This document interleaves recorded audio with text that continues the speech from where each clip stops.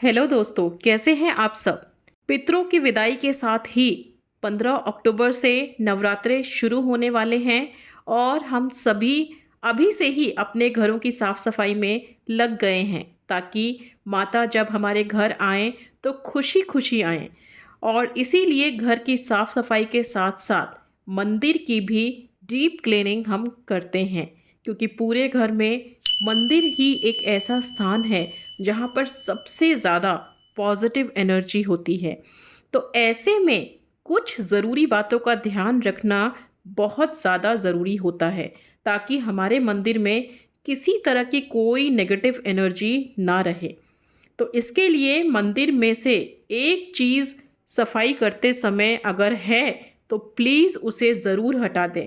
अगर आपके मंदिर में कैंची रखी हुई है या चाहे कैसी भी छोटी हो बड़ी हो किसी भी साइज़ की कैंची हो, अगर आपने कैंची रखी है या कोई भी नुकीली चीज़ रखी हुई है तो आप उसे फ़ौरन वहाँ से हटा दें। क्यों?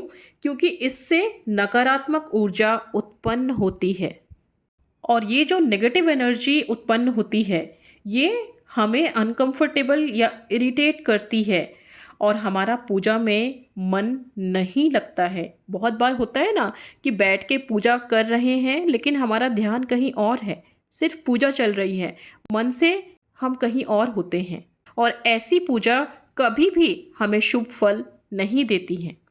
और इसके अलावा अगर आपके मंदिर की मूर्ति या कोई भी तस्वीर खंडित हो गई है तो उसे पूजा स्थान से तुरंत हटा दें, क्योंकि ये भी नकारात्मकता फैलाते हैं।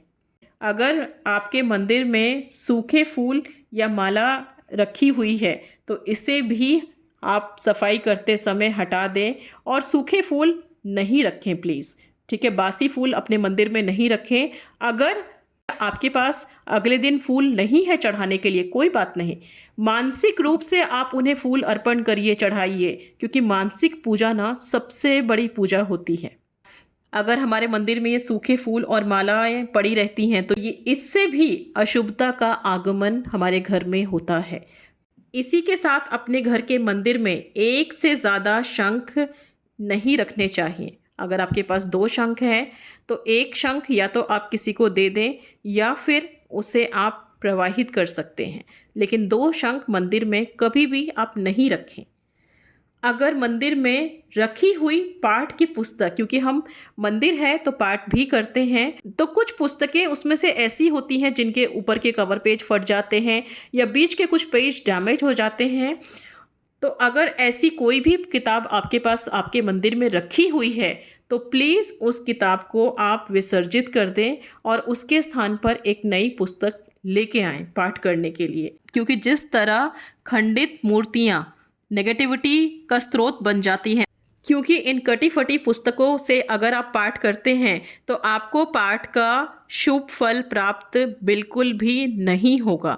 तो प्लीज़ अगर ऐसी कोई भी पुस्तक आपके पास है तो आप इसको प्रवाहित करके नई पुस्तक ज़रूर लेके आएँ अपने घर में।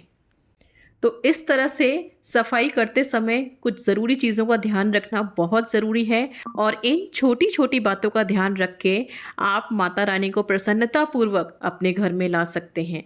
और एक बहुत ज़रूरी बात ये भी है कि घर और मंदिर की सफाई के साथ साथ, इनकी सफाई तो हमने कर ली, माता को अपने घर में लाने से पहले ना अपने मन की भी डीप क्लीनिंग करनी बहुत ज़रूरी है, जो कि शायद हम भूल जाते हैं, ताकि माँ को कहीं से भी किसी तरह की कोई नेगेटिविटी आपके घर में फील ना हो।